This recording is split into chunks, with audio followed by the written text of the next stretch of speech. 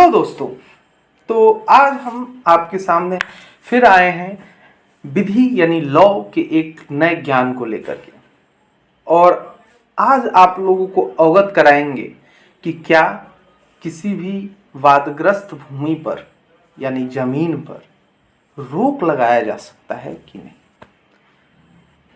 रोक लगाया जा सकता है कब? जब वह भूमि मुकदमे में संलिप्त हो। मतलब कि कोई भी सिविल का मुकदमा, सिविल मीन्स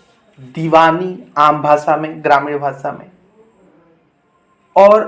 और आम भाषा में अगर चले तो जमीनी मुकदमा, और अगर कोर्ट के भाषा में आए, कोर्ट के लैंग्वेज में आए तो सिविल का मुकदमा, सिविल केसेस किसी भी भूमि पर पेंडिंग हो न्यायालय में, उस परिस्थिति में भूमि पर रोक लगाया जा सकता है जब केस करने वाले यानी वादी को ऐसा लगे कि उसने जिस पर केस किया है यानी प्रतिवादी, इन इंग्लिश डिफेंडेंट, कि डिफेंडेंट के द्वारा यानी प्रतिवादी के द्वारा यानी उसके विपक्षियों के द्वारा वादग्रस्त संपत्ति पर यानी उसकी संपत्ति पर जो कि वादग्रस्त है उस पर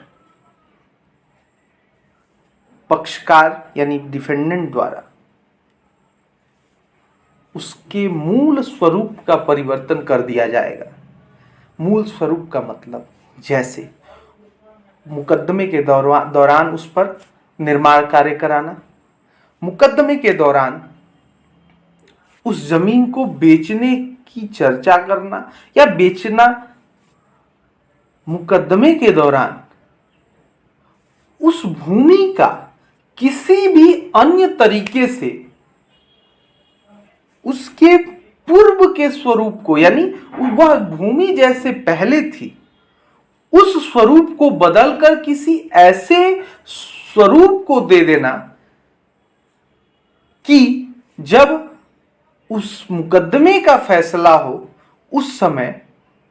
न्यायालय में न्याय निर्णयन में यानी डिसीजन देते समय वादी और प्रतिवादी यानी केस करने वाले यानी प्लेंटिफ और जिस पे केस हुआ है डिफेंडेंट, दोनों के हकीयत यानी शेयर्स पे, उस भूमि में सन्निहित हिस्से पर, उस भूमि में उन दोनों के हिस्से पर एक अलग प्रभाव पड़े, यानी किसी को कम किसी को ज्यादा, या फिर किसी को मिले और किसी को न मिले। ऐसी परिस्थिति को यदि कोई भी पक्षकार उत्पन्न करता है मुकदमे के दौरान, तब जिसके द्वारा यानी प्लेंटिफ और डिफेंडेंट जिसके द्वारा भी यदि वह किया जाता है तो उसमें किसी भी पक्षकार के द्वारा एक आवेदन जो कि व्यवहार प्रक्रिया संहिता यानी सिविल प्रोसीजर कोड 1908 के आदेश 39 यानी 39 नियम 1 एवं 2 के तहत आवेदन दिया जाएगा। इन इंग्लिश एक बार और आपको बता देते हैं, सीपीसी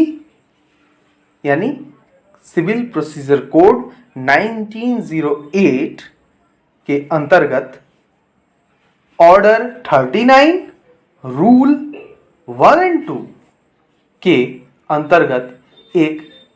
आवेदन न्यायालय में किसी भी पक्षकार द्वारा दाखिल यानी दिया जा सकता है, और दे करके यह कहा जा सकता है कि उस मुकदमे के दौरान उस भूमि पर यथा स्थिति यानी पूर्व की तरह ही स्थिति बनाई रखी जाए। ताकि न्यायालय के न्याय निर्णयन में यानी डिसीजन में कोई भी अंतर न आए। इस परिस्थिति में यदि किसी भी पक्षकार द्वारा स्पष्ट उत्तर नहीं दाखिल किया जाता है, यानी उस पिटीशन पे यानी उस आवेदन पे रिजवाइंडर नहीं दाखिल किया जाता है, यानी स्पष्ट जवाब नहीं दाखिल किया जाता है, और न्यायालय को ऐसा प्रतीत होता है कि मुकदमे के दौरान यदि उस भूमि का वास्तविक स्वरूप परिवर्तित होगा और हो जाने के बाद न्याय निर्णय यानी डिसीजन देते समय काफी दिक्कतें आएंगी, तब न्यायालय इस आदेश एवं नियम के तहत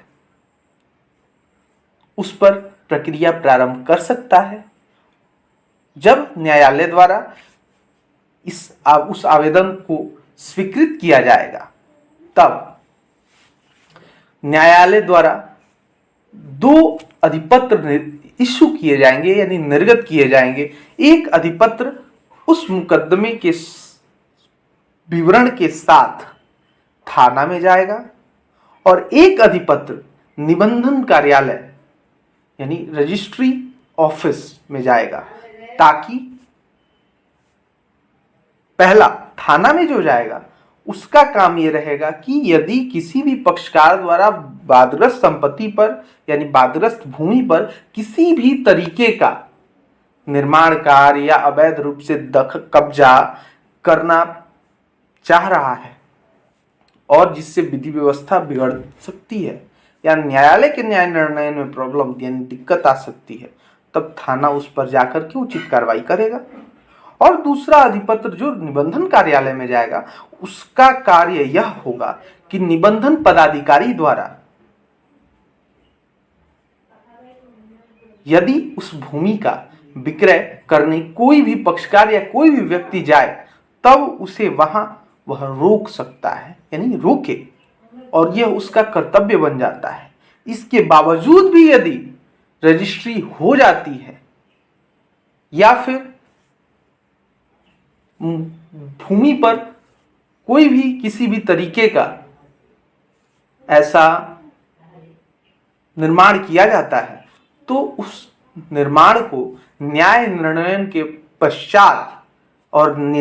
यानी डिसीजन टाइम में ध्वस्त करने या फिर उस डिक्री यानी उस डीड यानी उस बैनामा को निरस्त करने का न्यायालय द्वारा आदेश दिया जा सकता है।